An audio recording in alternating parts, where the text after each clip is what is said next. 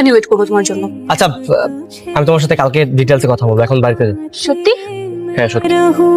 কখনো ভেবে দেখিনি আমার বাকিটা জীবন পার করার জন্য একটা লাইফ পার্টনার দরকার, একটা জীবন সঙ্গী দরকার। কিন্তু দেখো, এখন প্রতিটা মিনিট, প্রতিটা সেকেন্ড, প্রতিটা মিনি সেকেন্ড আমি তোমাকে ফিল করি। সত্যি তোমাকে অনেক ভালোবাসি।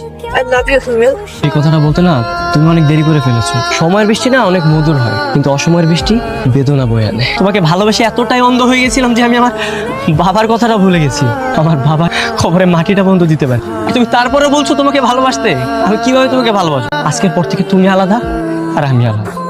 আমি তো বললাম যে আমি আসলে তখন বুঝতে পারিনি, কিন্তু তুমি একটা কথা শুনে রাখো, তুমি তো আমার পিছনে 3 বছর 6 মাস 7 দিন ঘুরেছো, আর তোমার পিছনে আমি সারা জীবন ঘুরবো। যেগুলো তুমি আমার ভালোবাসা গ্রহণ না করছো, আমিও তোমার পিছু ছাড়বো না। ঠিক আছে, তোমার যা ইচ্ছা তুমি তাই করো, কিন্তু আমার জন্য অপেক্ষা করে কোনো লাভ নেই।